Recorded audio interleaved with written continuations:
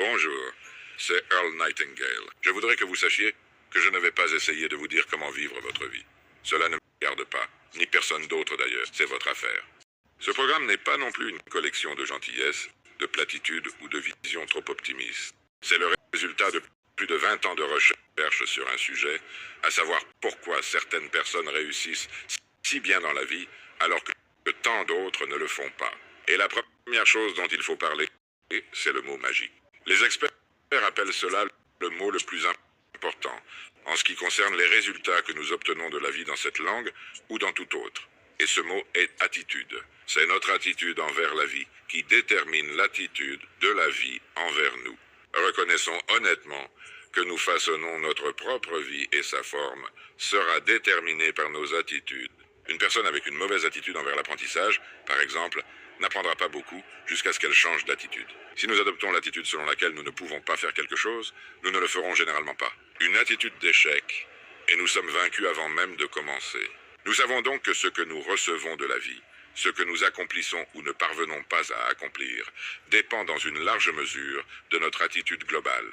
William James de l'université Harvard l'a exprimé ainsi. La plus grande découverte de ma génération est que les êtres humains peuvent changer leur vie en modifiant leurs états d'esprit. Et n'est-ce pas merveilleux que nous ayons cette mesure de contrôle?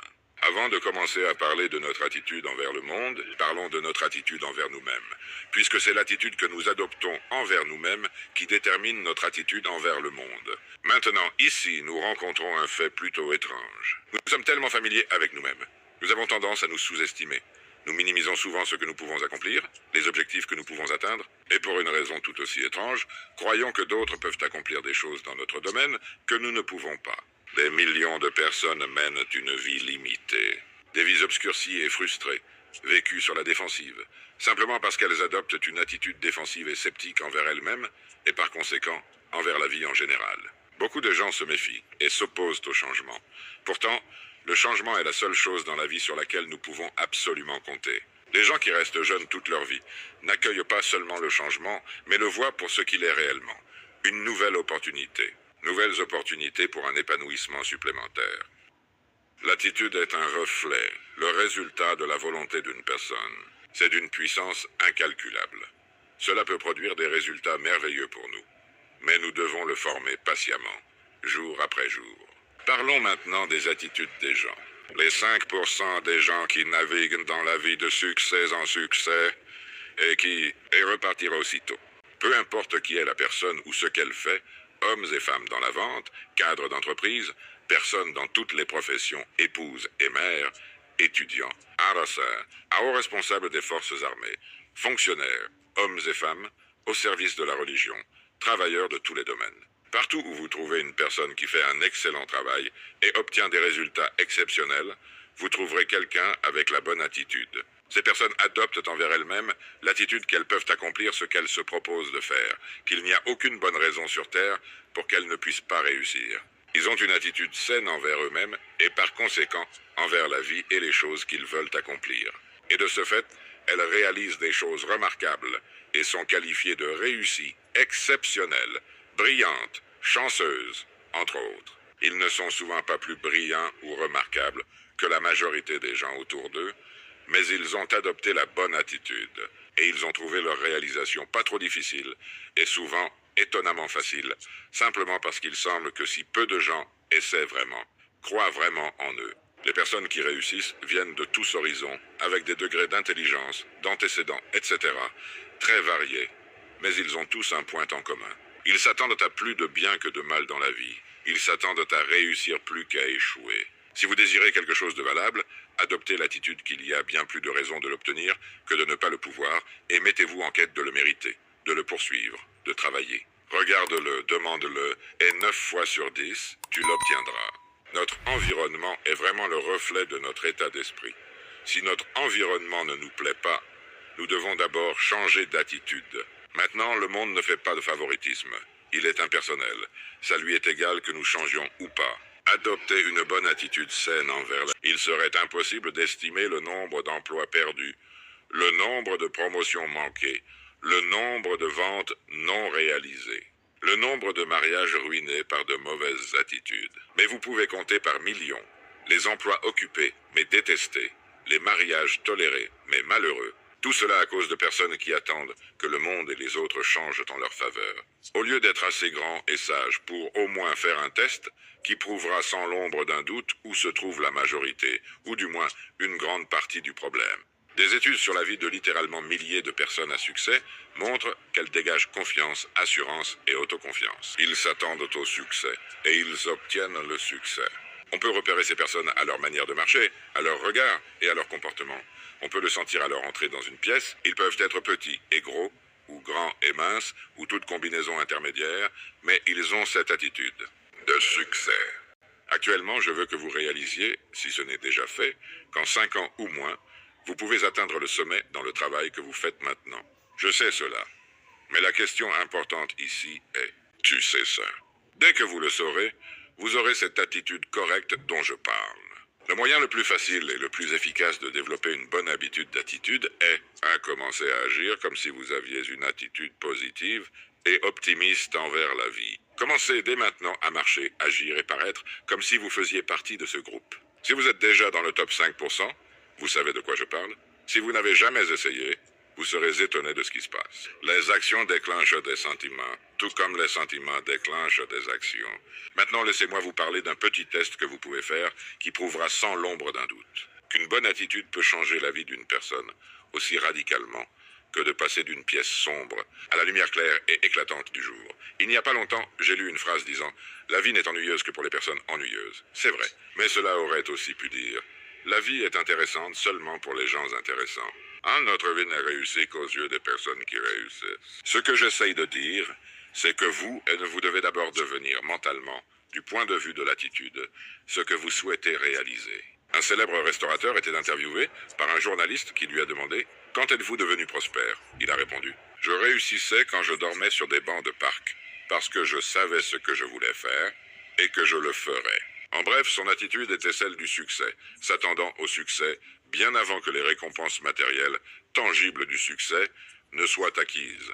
La prison doit agir regardée, et à cause de ces choses, se sentir réussi avant que le succès recherché puisse arriver. Il y a des chances que vous connaissiez des gens qui semblent être ce que d'autres appellent chanceux. Toutes sortes de bonnes et merveilleuses choses semblent leur arriver. Et ils donnent l'impression de naviguer joyeusement à travers la vie, de passer du bon temps et de réaliser plus en un an que la plupart des gens en 5. Cela a été déterminé assez scientifiquement. Et si quelqu'un veut sérieusement suivre le test que je vais recommander et s'y tenir tous les jours, pendant les 30 prochains jours sans faute, cette personne peut rejoindre ce petit groupe de gens heureux et extrêmement productifs. Il se trouvera chanceux, comme on dit, et la plupart de ses problèmes se régleront d'eux-mêmes. Vous pouvez en être sûr. Les résultats seront tout simplement étonnants. Peu importe la qualité de l'attitude d'une personne par le passé, tout peut être amélioré. Ce sont les petits raffinements qui rendent quelque chose de déjà bon en excellent. Voici donc le test. Pour les 30 prochains jours, agissez envers le monde, tout, et tous ceux avec qui vous entrez en contact, avec l'attitude qui représente le genre de résultat que vous souhaitez obtenir. C'est-à-dire, si le résultat que vous voulez est plus de succès dans ce que vous faites, agissez comme si vous possédiez déjà le succès que vous recherchez. Si vous voulez que les autres vous traitent avec admiration et respect, commencez par traiter les autres avec admiration et respect. Vous êtes-vous déjà arrêté pour y penser? Chaque être humain sur Terre est l'être humain le plus important sur Terre, autant qu'il ou elle le concerne. Vous ne ferez peut-être jamais admettre à personne, mais c'est un fait. Alors, pour les 30 prochains jours, traitez chaque personne avec qui vous entrez en contact comme la personne la plus importante sur Terre.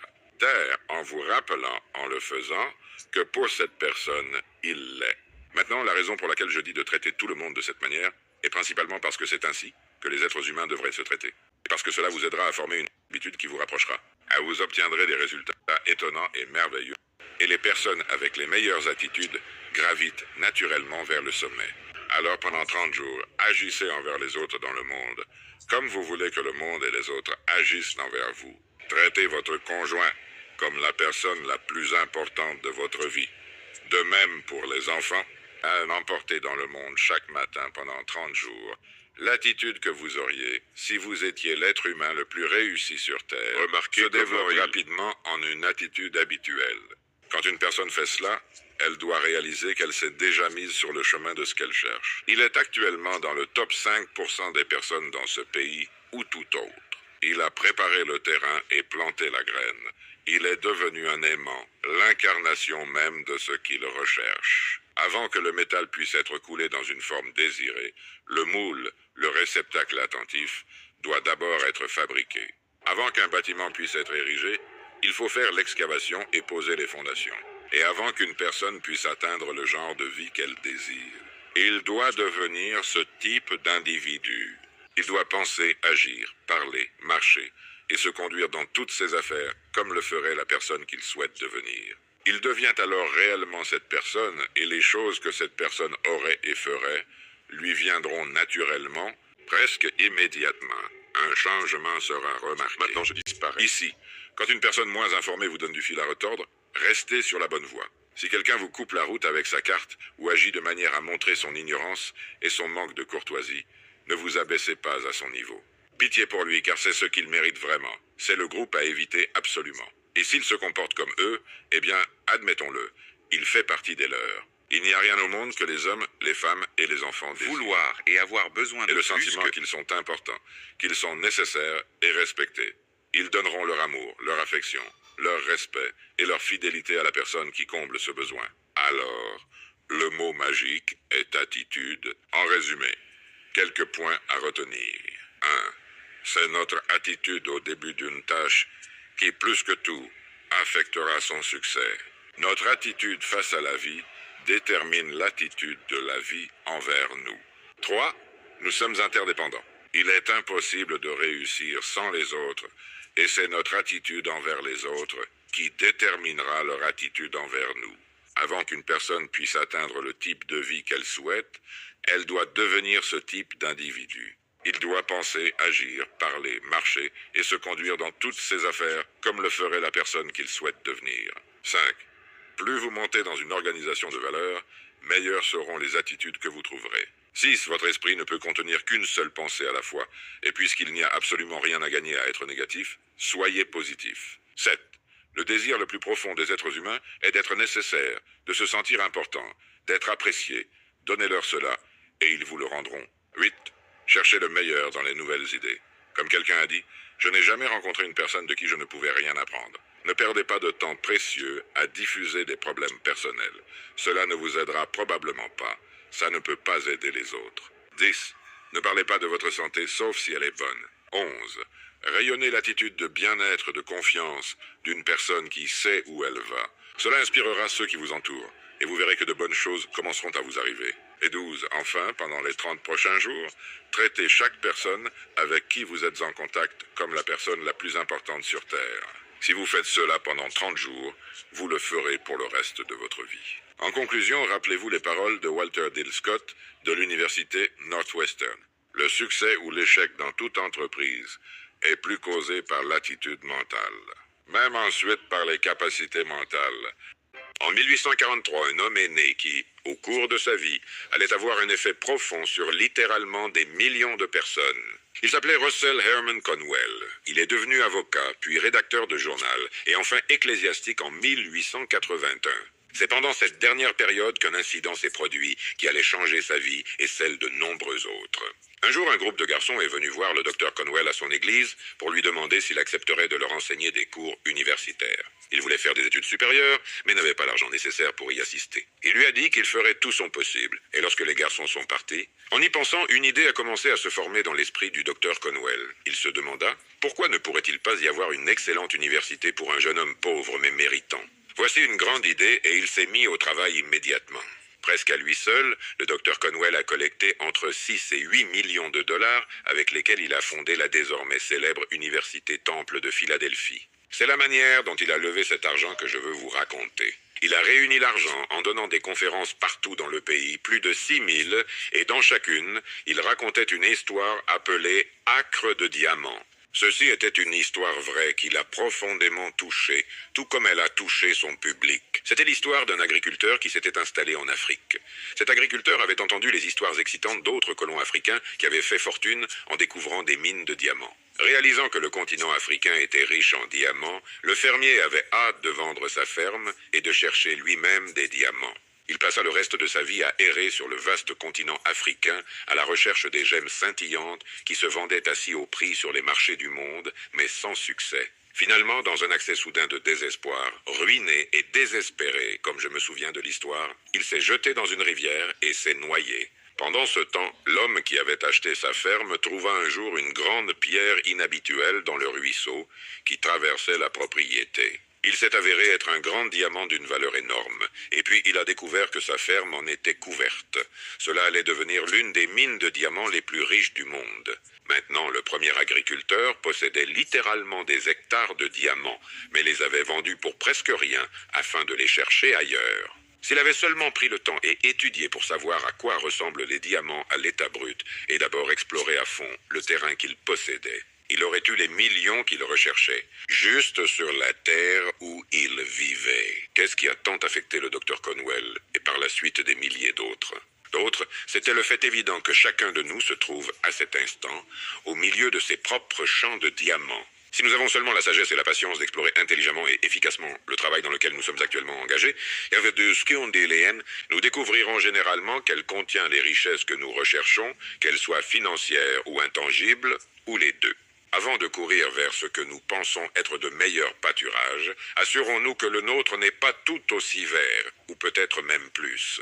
Pendant que nous regardons d'autres pâturages, d'autres personnes regardent les nôtres. Il n'y a rien de plus pitoyable à mes yeux que la personne qui gaspille sa vie à courir d'une chose à l'autre. Comme le premier. Agriculteur, toujours à la recherche du trésor au bout de l'arc-en-ciel, sans jamais s'attarder assez longtemps sur une chose pour le trouver. Peu importe votre objectif, le chemin pour l'atteindre se trouve dans le travail que vous faites actuellement. Ce n'est que lorsqu'il fut complètement paralysé, par exemple, et a été contraint de puiser dans les ressources de son esprit, qu'un fermier du Wisconsin a eu l'idée de produire des produits carnés exceptionnellement bons sur sa ferme. Et l'une des plus grandes entreprises de conditionnement de viande du pays est née. Sa ferme contenait également des acres de diamants. Il ne les avait juste jamais vus auparavant. Un vendeur de papier a trouvé un verre à boire sale dans sa chambre d'hôtel et a donné à son entreprise l'idée de fabriquer des gobelets en papier, une idée qui a résolu ses problèmes financiers pour la vie. Un assureur a eu l'idée de retourner voir tous les gens de ses dossiers et de vraiment travailler avec eux, de les servir comme il se doit. Cette année-là, il a souscrit pour 700 000 $ supplémentaires d'assurance, a rejoint le club du million de dollars et a découvert qu'il n'avait plus besoin de démarcher des clients dans le secteur du charbon. En travaillant avec les personnes qu'il avait déjà vendues et sur leurs recommandations, il avait des acres de diamants juste dans son classeur. Un homme dans l'Ouest a amassé une fortune avec une seule petite station-service. Au début, quand les choses étaient difficiles, il se demandait chaque matin « Que puis-je faire pour améliorer mon service à mes clients ?» Il se pose encore cette question chaque matin au réveil. Pourquoi aurait-il pu prendre sa retraite il y a des années? Un homme riche. Il continue de dominer l'entreprise dans sa région en pensant à des façons nouvelles et meilleures de rendre service. Vous savez ce que l'homme dit moyen aurait fait dans ce dernier cas? Il aurait été inquiet de la mauvaise situation des affaires, car au début, mon ami avait du mal juste à nourrir sa famille. Cet homme moyen, voyant le client riche, se serait dit « Je devrais être dans son activité plutôt que dans la mienne ». Vous voyez, l'homme moyen croit que certaines entreprises sont meilleures que d'autres, au lieu de réaliser la vérité qu'il n'y a pas de mauvaises entreprises. Il y a simplement ces personnes qui ne savent pas assez pour voir les opportunités dans le travail qu'elles exercent. Les emplois n'ont pas d'avenir, les personnes si. Peu importe notre travail, c'est notre affaire d'en être le gestionnaire. Si nous ne voyons ni futur ni opportunité, ce n'est pas parce qu'ils n'existent pas, mais simplement parce que nous ne les voyons pas. Une fois, un autre agriculteur a introduit une petite citrouille dans une cruche vide d'un gallon. La citrouille a grandi jusqu'à remplir complètement la cruche et ne pouvait plus croître. Lorsqu'elle était mûre, le fermier a cassé la cruche en verre et a obtenu une citrouille qui a pris la forme exacte de la cruche. Dans la vie, chacun de nous fait une chose similaire. Nous nous confinons dans des cruches de notre propre choix et nous ne pouvons pas grandir davantage. Mais soyons assez matures pour réaliser que c'est nous qui provoquons, pas le travail, ni la compagnie, ni le territoire, ni l'économie, ni les temps. Nous le faisons. Nous devrions éliminer les limitations et réaliser qu'il n'y a pratiquement aucune limite à notre croissance et développement sur la Terre où nous nous trouvons actuellement. Nous-mêmes, avec nos racines profondément ancrées dans la philosophie de la vie active et nos esprits et corps dans un climat de liberté. Les gens qui excellent dans leur travail. Ce sont ceux qui ont vu leur travail comme une chance de croissance et de développement et qui se sont préparés pour les opportunités qui nous entourent tous les jours. C'était Matthews qui a écrit « À moins qu'un homme ne se soit préparé pour sa chance, la chance ne fera que le rendre ridicule. Une grande occasion vaut pour un homme exactement ce que sa préparation lui permet d'en faire. » La préparation est la clé. Cela devient si bon, si compétent dans ce que nous faisons maintenant, que nous forcerons littéralement les opportunités que nous cherchons à venir à nous, comme elles viendront à nous. Maintenant, voyons comment nous pouvons explorer et évaluer pleinement l'endroit où nous nous trouvons actuellement. Examinons de plus près nos hectares de diamants. L'imagination créative, vient du fait de réaliser que les diamants ne ressemblent pas à des diamants à l'état brut. Un tas de minerais de fer ne ressemble ni à du fer ni à de l'acier. De grandes opportunités se cachent constamment dans chaque aspect du travail dans lequel nous nous trouvons actuellement. Pour commencer à exploiter vos acres de diamants, développez une qualité appelée objectivité intelligente. C'est-à-dire que nous devons souvent prendre du recul et regarder ce que nous faisons comme un étranger le pourrait, un étranger qui trouve notre pâturage plus vert que le sien. Alors pour faire cela, commencez dès le début. Dans le cadre de quelle industrie ou profession notre travail se situe-t-il? Connaît-on tout ce qu'il y a à savoir sur notre propre secteur? Comment a-t-il débuté? Pourquoi a-t-il commencé? Qui l'a lancé? Et quand? Quel est le volume annuel en dollars de notre secteur? Quelle a été sa croissance au cours des 20 dernières années? Quelle est sa croissance prévue pour les 10 prochaines années? Saviez-vous que de nombreuses industries vont doubler de taille au cours des 10 prochaines années? Cela représente presque un gain de 10% par an. En bref, commencez dès maintenant à devenir un étudiant de votre secteur. Vous serez étonné par les résultats. En 5 ans ou moins, vous pouvez devenir un expert national dans votre domaine. Et souvenez-vous, ce sont les experts qui écrivent leur propre destin dans la vie. Imaginez cela un instant. Si vous ne voyez aucune limite à la croissance de votre secteur, n'est-ce pas logique de comprendre qu'il n'y a pas de limite à la progression possible dans ce cadre? Les enquêtes indiquent que la grande majorité des gens semblent considérer leur travail comme le sommet de ce qu'ils atteindront. Pourquoi? Nous devrions réaliser à quel point une industrie en expansion et dynamique a désespérément besoin et cherche l'homme hors du commun pour partager sa croissance. Celui qui a une vision à long terme et qui se prépare à évoluer avec son secteur sera largement récompensé à mesure qu'il se développe. Posez-vous donc cette question. Suis-je aussi informé sur mon travail et mon secteur qu'un bon docteur ou avocat laisse sur son travail dans le cadre de sa profession? Vous devriez, vous savez, c'est l'attitude de la personne qui veut devenir professionnelle dans ce qu'il fait pour vivre. C'est beaucoup plus amusant, bien plus gratifiant et intéressant. Et ainsi, une personne peut naviguer à travers les creux occasionnels des mers économiques dans un bateau sûr, construit à partir de recherche et de préparation. Pour devenir un pro dans ce qui semble rapidement devenir un monde d'amateurs, nous avons 3 sujets importants à étudier. 1. Notre entreprise et le secteur dans lequel elle évolue. 2. Notre travail et peut-être la prochaine étape dans ce travail. 3.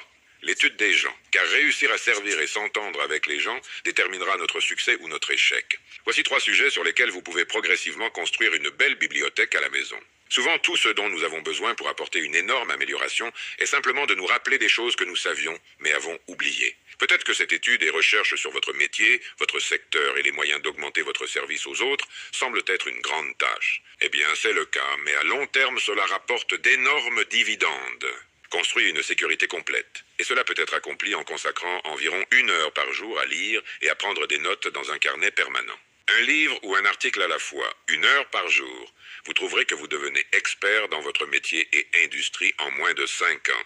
Les heures s'accumulent, une à une, comme les grandes pierres d'une pyramide, construisant une base solide et permanente qui vous élève, couche par couche, vers l'objectif que vous recherchez. Chaque matin, en vous préparant pour le travail, posez-vous cette question.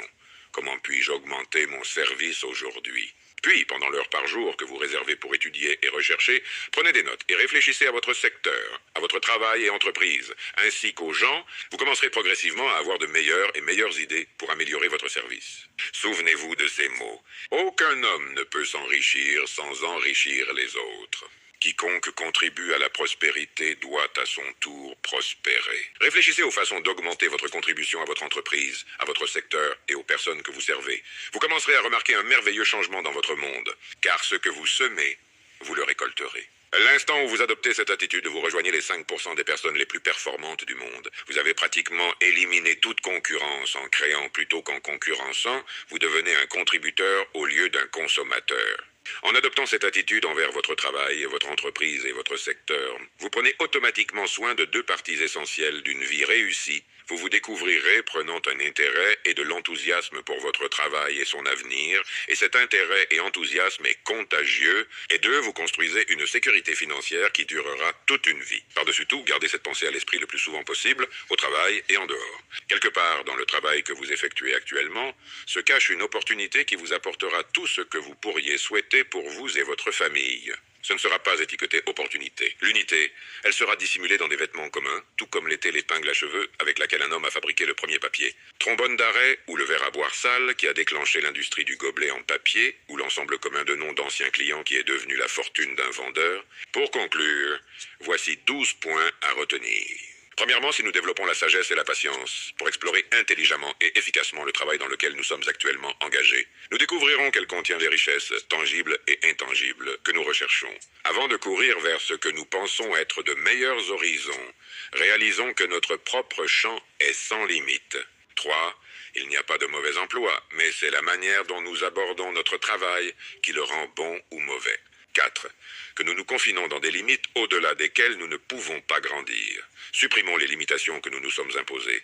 5. C'est seulement par la préparation que nous pourrons saisir les opportunités qui se présenteront à l'avenir. Des opportunités qui sont déjà parmi nous. 6. Mettez votre imagination au travail sur les nombreuses façons d'améliorer ce que vous faites actuellement. 7. Apprenez tout ce que vous pouvez sur votre emploi, votre entreprise et votre secteur. 8. Puisqu'il n'y a pas de limite à la croissance de votre industrie, il s'ensuit qu'il n'y a pas non plus de limite à votre potentiel de croissance dans cette industrie. 9. Notre économie dynamique et en croissance a besoin et récompensera bien l'homme exceptionnel qui cherche sa place dans cette expansion. Commencez à constituer votre bibliothèque de matériel de référence lié à votre entreprise, secteur, métier et sur comment mieux servir et s'entendre avec les gens. Réservez 1 heure par jour pour cette étude et recherche, et souvenez-vous de l'histoire des acres de diamants. Il est presque impossible de prendre un journal quotidien sans lire sur quelqu'un qui a réalisé un exploit remarquable. Et presque toujours, ces histoires incluent la surmontée de ce qui semblait à un moment être insurmontable. Des handicaps pratiquement insurmontables. Le garçon dont les jambes étaient terriblement brûlées et qui semblait destiné à une vie de handicapé devient l'un des coureurs les plus remarquables du monde. Le pauvre garçon qui amasse une fortune, le garçon avec un grave problème d'élocution, devient l'un des principaux commentateurs d'actualité du pays. Chaque jour, une nouvelle histoire dramatique apparaît quelque part. L'ancienne histoire des obstacles surmontés et du succès remarquable obtenu. Eh bien, ils sont tout simplement trop nombreux pour être mentionnés. Mais comment et pourquoi ces choses sont-elles faites ? Pour moi, c'est un sujet très intéressant. Ces individus font bien plus que la moyenne des gens pour surmonter leurs handicaps et atteindre le succès qu'ils recherchent. Mais c'est plus que ça. Vous devez revenir au début et vous demander pourquoi. Et la réponse à cette question, si elle est bien comprise, peut nous apporter tout ce que nous voulons. La réponse est simple.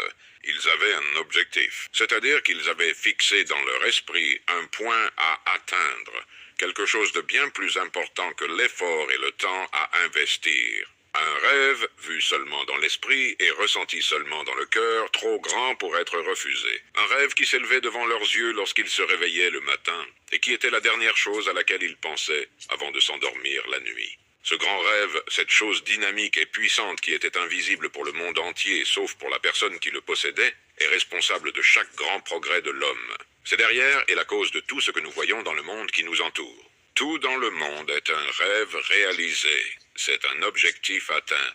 Napoléon Hill l'a formulé ainsi. Ce que l'esprit de l'homme peut concevoir et croire, il peut l'atteindre. C'est le gratte-ciel, le pont qui enjambe la baie, un vaisseau spatial vers l'extérieur de l'espace, et c'est le petit commerce du coin. C'est la jolie maison en banlieue. C'est un jeune obtenant un diplôme et le nouveau bébé dans les bras de sa mère. C'est un handicap de golf et un poste atteint dans les affaires. Ce que l'esprit de l'homme peut concevoir et croire, il peut l'atteindre. Savez-vous ce que cela signifie pour vous et moi? Eh bien, laissez-moi essayer d'expliquer, et je pourrais ajouter que cela m'a pris 17 ans pour découvrir cela par moi-même. Une fois compris, cependant, la vie devient plus facile, plus amusante, beaucoup plus excitante et incroyablement plus gratifiante. Pour commencer à comprendre pleinement ce sujet, nous devons réaliser qu'il est à la base de tout succès.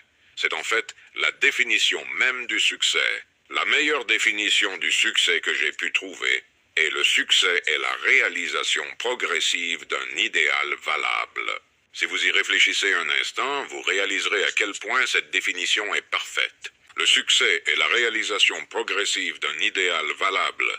Qu'est-ce que cela signifie? Cela signifie que toute personne engagée dans la réalisation de quelque chose qu'elle considère comme un idéal valable est réussie. En même temps, cela signifie aussi que toute personne non engagée doit être considérée comme l'opposé du succès. Un échec. Toute personne ayant un rêve dans son esprit et son cœur qu'elle a établi comme un objectif valable, l'objectif est atteint. Cela n'a rien à voir nécessairement avec l'argent, sauf si c'est l'objectif, et chacun de nous doit décider par lui-même quel est son objectif. Avec une définition du succès si simple et évidente, on pourrait penser que tout le monde réussit. Tout le monde devrait, mais on estime que seulement 5% le font. Sur toutes les personnes que vous croisez dans la rue, peu importe la taille ou l'agitation de la ville, seulement 5 sur 100 peuvent vous dire vers quoi elles travaillent. Les autres se laissent simplement dériver, espérant que quelque chose de bon leur arrivera, ou au moins que rien de mauvais ne se produira, laissant les circonstances et les vents économiques les pousser dans un sens ou dans l'autre. Ce sont les personnes qui n'ont pas appris les règles de la vie. J'aime comparer les êtres humains à des navires. On estime qu'environ 95% peuvent être comparés à des navires sans gouvernail, soumis à chaque changement de vent et de marée. Ils sont impuissants et à la dérive. Et tandis qu'ils espèrent ardemment qu'un jour ils dériveront vers un port riche et prospère, vous et moi savons que pour chaque entrée de port étroite, il y a 1000 kilomètres de côte rocheuse. Leurs chances de simplement dériver vers le port sont de 1000 contre 1. Mais les 5% qui ont pris le temps et la discipline de choisir une destination et de tracer une route, naviguer droit et loin à travers les vastes océans du monde, atteignant un port après l'autre et réalisant plus en quelques années que ce que d'autres accompliront dans une vie entière. Si vous deviez visiter un navire à quai, montez sur la passerelle de navigation et demandez au capitaine son prochain port d'escale. Il vous répondra en une phrase. Chaque personne devrait pouvoir faire la même chose. Si vous ne pouvez pas dire en une phrase concise et bien définie quel est votre objectif, il y a de fortes chances que vous ne l'ayez jamais vraiment clairement défini. Le capitaine d'un navire ne peut pas voir sa destination pendant 99% de son voyage, mais il sait ce que c'est, où c'est, et qu'il l'atteindra s'il continue à faire certaines choses d'une certaine manière tous les jours. Lorsque vous demandez à la plupart des gens ce qu'ils recherchent, ils répondent en termes vagues et irréalistes. Ils diront le bonheur ou la bonne santé, ou assez d'argent pour subvenir aux besoins de ma famille, etc. Ce ne sont pas des objectifs, ce sont simplement des conditions que tout le monde désire. Quand nous parlons d'objectifs, nous voulons dire « Qu'est-ce que vous voulez, vous, en tant qu'individu ? Qu'est-ce que vous aimeriez beaucoup avoir ou être, mais que vous avez peut-être considéré comme hors de portée pour une raison ou une autre ?» Voyez-vous, si vous pouvez me dire ce que vous voulez, je peux vous dire comment l'obtenir tant que cela vous est digne et dans le domaine de l'accomplissement humain. Réussir sa vie devrait être une question de fixer et d'atteindre progressivement des objectifs, un après l'autre, chacun un peu mieux que le précédent. Tout comme un navire navigue vers un seul port à la fois, déterminez votre premier port d'escale. Quand vous l'avez atteint, vous pouvez ensuite fixer un nouvel objectif, puis un autre. En suivant cette approche de la vie pleine de sens et de bon sens, vous réussirez et accomplirez plus en 5 ans que la grande majorité des gens ne le font dans toute leur vie. Maintenant, je vais vous parler d'une manière de clarifier votre pensée et d'établir le premier objectif si vous n'en avez pas déjà un. Se rendre compte que sans un objectif, nous échouons, et comprendre qu'avec un objectif, nous aurons une direction et un but, et que notre objectif sera atteint. Nous commençons à réaliser que la définition d'un objectif clair est probablement l'étape la plus importante que nous puissions franchir. C'est bon de se rappeler aussi que dans 99 cas sur 100, notre objectif peut être atteint dans le travail dans lequel nous sommes actuellement engagés. Si vous ne savez pas ce que vous désirez par-dessus tout, en d'autres termes, si vous n'êtes pas l'un des heureux individus qui sait exactement ce qu'il cherche, isolez-vous quelque part et passez 1 heure ou 2 à noter les choses que vous aimeriez avoir. Cela pourrait inclure une belle maison, une voiture, une certaine somme d'argent, un revenu spécifique, un poste particulier dans votre entreprise, et ainsi de suite. Un trimestre de vente ou l'une des 100 autres choses. Notez tout ce qui vous vient à l'esprit. Lorsque vous avez noté toutes les choses que vous voulez, choisissez-en une. Seulement celui que vous désirez plus que les autres, écrivez-le sur une feuille à part ou entourez-le d'un cercle. Maintenant, rangez la feuille et oubliez toutes vos idées sauf celles que vous avez décidé de réaliser en premier. Comme un navire, une personne ne peut atteindre qu'un port à la fois. La plupart de la confusion et de l'indécision chez la majorité des personnes vient du fait qu'elles désirent tant de choses. Elles ne choisissent pas laquelle réaliser en premier et, en conséquence, ils n'accomplissent souvent rien du tout. Souvenez-vous, vous ne pouvez atteindre qu'un seul objectif à la fois. Une fois que vous avez choisi la première chose que vous souhaitez réaliser, notez-la sur une carte à emporter avec vous. Pensez-y la première chose le matin et la dernière chose le soir. Pensez-y aussi souvent que possible pendant la journée. En faisant cela, vous pousserez votre objectif dans votre subconscient, d'où viendront les réponses nécessaires à sa réalisation dès que vous en aurez besoin. C'est le processus utilisé par les personnes les plus réussies au monde. C'est le même système utilisé par le mathématicien et philosophe Bertrand Russell. Pensez-y aussi souvent que vous le pouvez pour obtenir une image mentale de votre objectif déjà atteint. Mais soyez absolument spécifique. Ne généralisez pas. Si votre objectif est une certaine somme d'argent, notez le montant exact et le délai pour le gagner. Si votre objectif est une belle maison, obtenez une photo de la maison exacte, même si vous devez payer un architecte pour dessiner les plans et l'élévation pour vous. Vous pourriez aussi bien le faire, car croyez-moi, vous y arriverez. Soyez très prudent sur ce que vous fixez votre esprit et votre cœur, parce que, si vous le voulez assez fortement, vous l'obtiendrez. J'ai mentionné avoir cherché cette réponse pendant 17 ans. Je voulais savoir ce qui sépare ceux qui possèdent de ceux qui ne possèdent pas seulement au sens financier, bien que cela soit certainement une partie importante de la vie, mais plutôt dans tous les sens. J'ai commencé à chercher la réponse en 1933 pendant la dépression, et je ne l'ai trouvée que le 1er janvier 1950. La réponse que je cherchais était le secret de la réussite, le secret du succès. Soudain, j'ai réalisé qu'après avoir étudié des centaines de vies et lu d'innombrables livres, un fait simple et évident m'avait toujours échappé. C'est simple, ce que nous devenons, ce à quoi nous pensons. Vous voyez, vous n'êtes, à cet instant, rien de plus que la somme totale de vos pensées jusqu'à présent. De même, vous serez l'année prochaine, dans 5 ans, et ainsi de suite, ce à quoi vous pensez à partir de maintenant. C'est pourquoi l'établissement d'un objectif est si vital pour le succès. À moins que nous ne pensions à ce que nous souhaitons accomplir, notre réflexion est erratique, confuse, sautant d'une chose à l'autre, résultant en une pensée inefficace. En conséquence, nous n'accomplissons rien, n'arrivons nulle part. En pensant chaque matin, chaque soir et autant de fois pendant la journée que possible à l'unique objectif que nous nous sommes fixés. Nous commençons réellement à nous en approcher. En concentrant notre pensée, c'est comme prendre une rivière qui serpente et vagabonde partout dans la campagne et la mettre dans un canal droit et lisse. Maintenant, il a du pouvoir, une direction, une vitesse. C'est la même chose avec nos esprits. Une fois que nous savons où nous allons, nous savons pourquoi nous nous levons le matin. Nous savons pourquoi nous travaillons et pourquoi il est important de faire le meilleur travail possible. Nous savons pourquoi il est vital de nous détacher du grand fleuve lent des gens qui dérivent sans but et de tracer le canal droit et clair vers le rêve dans notre cœur. Un soir, tenez-vous à un coin de rue animé et examinez les visages de la foule qui passe. Regardez comment ils marchent. Observez leurs expressions.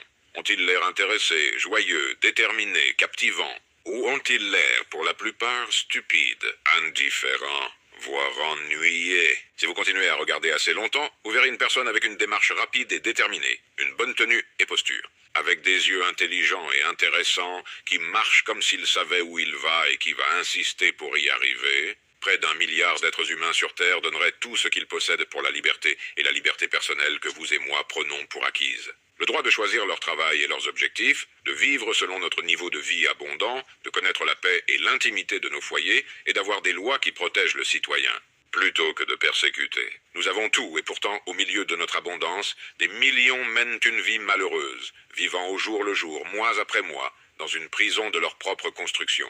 Ce sont ceux qui n'ont jamais pris la décision qui pourrait les libérer. Ils n'ont pas décidé quoi faire de leur vie, même dans un climat de liberté. Comme Carlyle l'a dit, l'homme sans but est comme un navire sans gouvernail, un épave, un rien. Avoir un but dans la vie et y mettre toute la force d'esprit et de muscle que Dieu vous a donnée. Il a aussi écrit qu'un homme avec une demi-volonté va et vient, et ne fait aucun progrès sur le chemin le plus lisse. Un homme avec une volonté entière avance sur les chemins les plus rudes et atteindra son but s'il y a un peu de sagesse. Et Munger a écrit qu'il n'y a pas de chemin vers le succès, sauf à travers un but clair et fort. Rien ne peut prendre sa place. Un objectif sous-tend le caractère, la culture, la position, la réalisation de toutes sortes. Définissez votre objectif. Insistez. Et pendant les 30 prochains jours, regardez votre carte avec votre objectif écrit dessus chaque matin, chaque soir, et aussi souvent que possible pendant la journée. Forcez votre objectif dans votre subconscient. Voyez-vous comme l'ayant déjà atteint. Faites cela sans faute tous les jours pendant 30 jours, et cela deviendra une habitude. Une habitude qui vous mènera d'un succès à l'autre tous les jours de votre vie. Car ceci est le secret du succès. La porte de tout ce que vous aurez ou serez, vous l'êtes maintenant, et vous le deviendrez. À quoi pensez-vous? Je veux vous parler d'un plan que vous pouvez suivre et qui ne prend qu'1 heure par jour, 5 jours par semaine, et qui apporte des résultats bien au-delà du temps investi. Nous avons parlé de la nécessité vitale d'un objectif pour vous donner une image plus claire du potentiel représenté par l'utilisation appropriée de votre esprit. Un instant, considérez que tout ce que vous possédez, votre travail, l'argent que vous gagnez, tout est venu à vous grâce à votre esprit. Maintenant, considérez l'estimation faite par les experts dans ce domaine, qui est que vous avez probablement fonctionné avec seulement environ 10% de votre capacité mentale. La manière dont la plupart des gens utilisent leur esprit peut être comparée à l'époque, au début du 19e siècle, quand seule la côte du continent nord-américain était colonisée, juste une bande le long de la côte. À l'ouest s'étendait la masse brute et non développée de ce qui allait devenir plus tard l'incroyable richesse qui représente 87% de notre économie et niveau de vie actuel. Si tout ce que vous avez provient de l'utilisation de seulement 10% de votre esprit, pensez un instant à ce que cela signifiera pour vous et votre famille si vous augmentez ce pourcentage. Ce message vous montrera comment utiliser infiniment plus de vos pouvoirs mentaux, comment développer une partie de ces 90% de territoire vierge. Aucun de nous, en général, n'a la moindre idée des capacités de son esprit. Mais croyez-moi quand je dis que votre esprit représente ce qui peut être comparé à une mine d'or non découverte, et cela ne fait aucune différence si vous avez 17 ou 70 ans, regardez-le sous cet angle. Votre objectif est dans le futur. Votre problème est de combler le fossé qui existe entre où vous êtes actuellement et le but que vous souhaitez atteindre. C'est le problème à résoudre. Alors souvenez-vous maintenant de ceci. C'était écrit par Robert C. Shore, président du département de psychologie de l'université Northwestern. Les personnes réussies ne sont pas des personnes sans problème. Elles sont simplement des personnes qui ont appris à résoudre leurs problèmes. Et voilà. Avec succès, obtenir ce que nous voulons de la vie consiste à résoudre les problèmes qui se dressent entre où nous sommes actuellement et le point où nous souhaitons arriver. Personne n'est sans problème. Ils font partie de la vie. Mais laissez-moi vous montrer combien de temps nous perdons à nous inquiéter des mauvais problèmes. Voici une estimation fiable des choses qui préoccupent les gens. Les choses qui n'arrivent jamais, 40%. Les choses passées et révolues qu'aucune inquiétude au monde ne peut changer, 30%. Des soucis inutiles sur notre santé, 12%. Des soucis divers mineurs, 10%. Et des soucis réellement légitimes, 8%. En résumé, 92% des soucis de la personne moyenne occupent un temps précieux et une inquiétude inutile. Et parmi les véritables soucis légitimes, il y a 2 types. Il y a les problèmes que nous pouvons résoudre et il y a les problèmes au-delà de notre capacité à résoudre personnellement. Mais environ 95% de nos vrais problèmes peuvent généralement être considérés comme faisant partie du premier groupe, ceux que nous pouvons résoudre si nous apprenons comment. Il doit y avoir des millions de personnes aujourd'hui qui pensent qu'on leur interdit la vie qu'ils veulent parce qu'ils voient les problèmes non pas comme des défis à relever, mais comme des gouffres sans fond au-delà de leur capacité à franchir. Un peu de recherche montre que les gens à succès rencontrent les mêmes types de problèmes. Alors, tout se résume à une question non pas de problèmes, qui sont communs à tous, mais de notre capacité à les résoudre. Maintenant, je vais supposer que vous avez décidé de votre objectif. Votre problème est comment l'atteindre. Votre objectif peut être une promotion, un revenu plus élevé, une belle maison, peu importe ce que votre objectif est. Pour un jeune, cela pourrait être de meilleures notes à l'école. Pour une secrétaire, un tour du monde. Mais vous avez votre objectif et vous savez que vous deviendrez ce à quoi vous pensez, c'est-à-dire si vous persévérez. Vous atteindrez votre objectif, mais comment? C'est juste ici que votre esprit entre en jeu maintenant. Qu'est-ce que votre esprit? Je pense que la meilleure façon de le décrire est de citer quelque chose écrit par le grand dramaturge lauréat du prix Pulitzer, Archibald MacLeish. La seule chose chez un homme qui est un homme est son esprit. Tout le reste, on peut le trouver chez un cochon ou un cheval. C'est absolument vrai. L'esprit humain est la seule chose qui nous distingue des autres créatures sur Terre. Tout ce qui signifie quelque chose pour nous nous parvient à travers notre esprit, l'amour pour nos familles, notre religion, toutes nos connaissances, talents, capacités, tout se reflète par nos esprits. Tout ce qui nous parviendra à l'avenir nous parviendra grâce à l'étendue de l'utilisation de notre esprit. Et pourtant, et je sais que vous serez d'accord avec moi, c'est le dernier endroit sur Terre vers lequel l'être humain moyen se tournerait pour obtenir de l'aide. Notre travail contient en lui des opportunités inconnues. Il en va de même pour nos esprits, mais seulement si nous les utilisons. Afin de réfléchir juste un instant sur l'esprit humain, considérez ce que cela a accompli. Comme vous le faites, réalisez que nous nous développons si rapidement que nous avons avancé plus loin dans le domaine du progrès au cours des 50 dernières années. Plus d'années que dans tous les siècles précédents de la civilisation humaine. Parmi tous les scientifiques qui ont jamais vécu, on estime que 90% d'entre eux sont vivants aujourd'hui. Nous avons atteint dans le domaine des idées et du progrès humain un plateau si élevé qu'il n'était même pas imaginé par les plus optimistes. Il y a de cela 10 ans. Mais chaque nouvelle idée déclenche des idées supplémentaires. Donc maintenant, nous sommes dans une ère de progrès cumulatif sur tous les fronts et dans tous les domaines qui stupéfient presque l'imagination. Des fusées explorant les confins de l'univers aux grands ponts enjambant nos rivières. Tout ce que vous voyez et touchez fait par l'homme, né de l'agence la plus puissante du monde, l'esprit humain. Et vous en possédez un. Maintenant, laissez-moi vous parler d'une manière d'explorer plus pleinement le miracle de votre esprit. En vous parlant de ce plan qui peut facilement doubler ou tripler l'usage que vous pourriez actuellement faire de votre esprit, laissez-moi vous rappeler quelque chose. La semaine de 40 heures est devenue assez standard et il est fort probable qu'elle soit encore raccourcie. Cela signifie que la personne moyenne au travail a à sa disposition une quantité vraiment énorme de temps libre. En fait, si vous comptez les heures de travail et de sommeil, en ajoutant les week-ends, les jours fériés et les vacances, puis soustrayez-les du total, sur le total des heures éveillées d'une année, vous serez étonné de trouver que sur 5840 heures éveillées, s'il dort 8 heures chaque nuit, il ne dépense que 1912 $ pour le travail. Cela lui laisse 3928, presque 4000 heures par an, lorsqu'il ne travaille ni ne dort. Celles-ci pourraient être appelées des heures discrétionnaires avec lesquelles il peut faire ce qu'il lui plaît. Alors, pour que vous puissiez voir les résultats incroyables dans votre propre vie, je veux vous recommander de prendre juste 1 heure par jour, 5 jours par semaine, et de le faire, et consacrer cette heure à exercer votre esprit. Et rappelez-vous ce qu'Archibald MacLeish disait à ce sujet. C'est votre bien le plus précieux. Ça mérite de l'attention. Choisissez 1 heure par jour sur laquelle vous pouvez compter.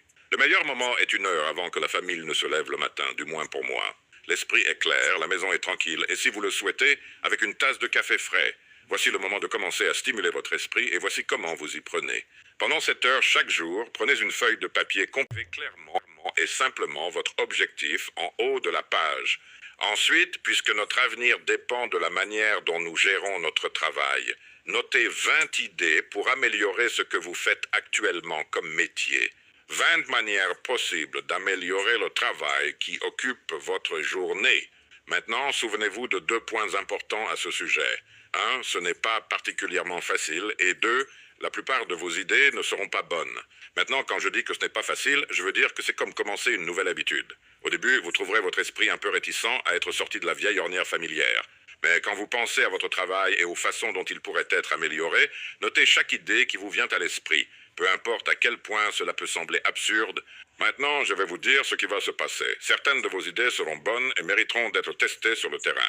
Ce que cette heure supplémentaire permet surtout, cependant, c'est que cela ancre profondément votre objectif dans votre subconscient, met en marche toute la machinerie vitale dès la première chose le matin. Et 20 idées par jour font 100 par semaine, même si vous ne réfléchissez pas le week-end. En faisant cela, vous verrez que votre esprit continuera de travailler toute la journée. Vous constaterez que dans des moments inattendus, quand vous y attendez le moins, de vraies bonnes idées commenceront à surgir dans votre esprit quand elles le feront.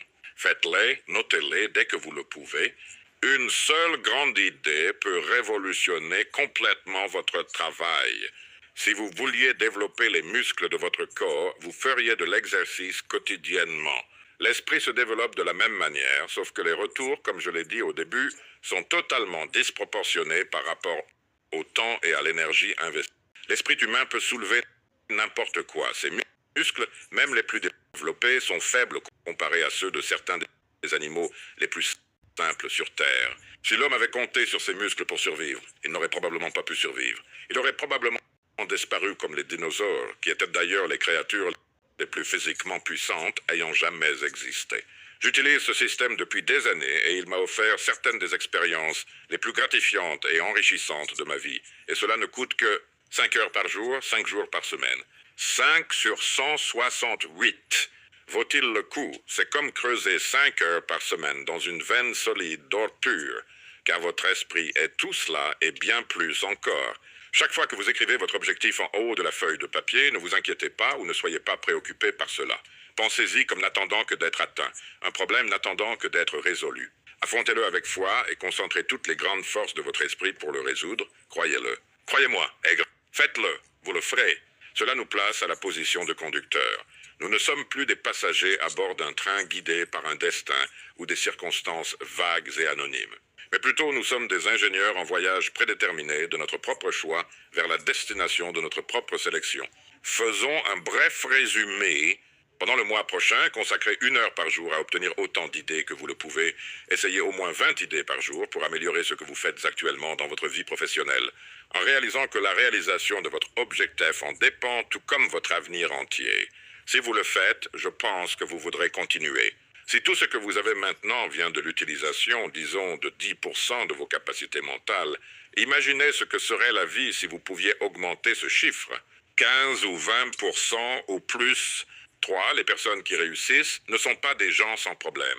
Ce sont simplement des gens qui ont appris à résoudre leurs problèmes. 4. Ne perdez pas de temps et d'énergie à vous soucier de choses inutiles. 40% d'entre elles ne se produiront jamais. 30% se sont déjà produites et ne peuvent pas être changées. 12% de soucis inutiles concernant notre santé. 10% sont des soucis divers mineurs et seulement 8% d'entre eux sont réels. Essayez de séparer le réel de l'inutile et de résoudre ceux qui sont à votre portée. 5. La race humaine a progressé davantage au cours des 50 dernières années que dans tous les siècles précédents de la civilisation humaine. Nous vivons actuellement en plein cœur de l'âge d'or dont l'homme rêve et prie depuis des siècles, et cela va devenir encore meilleur. En dernier lieu, la seule chose au monde qui peut vous mener à votre objectif dans la vie est votre esprit, son utilisation efficace et le suivi des bonnes idées qu'il vous fournit. Chacun de nous a tendance à sous-estimer ses propres capacités. Nous devrions réaliser que nous avons, au fond de nous-mêmes, un réservoir de génie qui peut être exploité si nous creusons assez profondément. C'est le miracle de votre esprit. Je suis sûr que vous le trouvez aussi incroyable que nous tous, que la grande majorité des gens doivent apprendre les choses de la manière difficile, génération après génération. Il est naturel de penser que si une grande découverte était faite dans une génération particulière, toutes les générations suivantes en seraient informées et l'utiliseraient à leur avantage. Mais dans une large mesure, ce n'est pas le cas. C'est vrai pour les inventions et les découvertes, qui affectent clairement nos vies, mais c'est également vrai pour la science et la technologie. Mais cela n'est souvent pas le cas pour les grandes lois invisibles qui déterminent le sens de notre destin sur cette terre. Il y a quelque temps, un groupe d'ouvriers a été importé pour travailler dans une ferme au Texas. Ces personnes venaient d'un petit village mexicain où les véhicules motorisés étaient encore largement inconnus. Eh bien, un jour, ils étaient à l'arrière d'un camion qui roulait à vive allure lorsqu'ils sont arrivés à l'endroit où ils pensaient devoir descendre. Sans y penser, ils ont apparemment juste sauté de l'arrière du camion en marche. Heureusement, c'était une route de ferme en terre, pas une autoroute pavée. Mais même alors, les résultats de leur méthode non conventionnelle de débarquement étaient, pour le moins, surprenants. Ils ont bondi, tourné, glissé et fait la roue le long de la route poussiéreuse pendant un bon moment avant que la gravité et la friction travaillant ensemble ne les amènent finalement à un arrêt stupéfait. Personne n'a été gravement blessé. En fait, au moment où le conducteur terrifié les a retrouvés, il riait aux éclats de toute l'histoire. Le chauffeur de camion, en expliquant l'incident plus tard, a rejeté la faute sur le fait qu'il n'avait jamais conduit de camion auparavant. Eh bien, c'est la réponse évidente, mais pas la bonne. Le numéro incroyable de voltige du cirque sur une route de ferme au Texas était dû à l'ignorance d'une loi. Une loi qui fonctionne de la même manière, que ce soit pour un camion, un bateau ou un avion. Sir Isaac Newton nous a donné la loi, et elle est la suivante. Un corps en mouvement tend à rester en mouvement jusqu'à ce qu'une force extérieure agisse sur lui. Quand les ouvriers sont descendus de l'arrière du camion, ils allaient à la même vitesse que le camion lui-même. La force extérieure était la gravité qui les tirait vers le bas, vers la route, continuant à la même vitesse. Et, bon, vous voyez le principe. Ils ont été blessés, confus, effrayés et bouleversés à cause de leur ignorance d'une loi de la physique. Ils auraient pu être tués. Partout dans le monde, des millions d'êtres humains sont blessés, et confus, effrayés, et dont les vies sont bouleversées parce qu'ils ne comprennent pas la loi numéro 1, qui est la base de tout succès humain.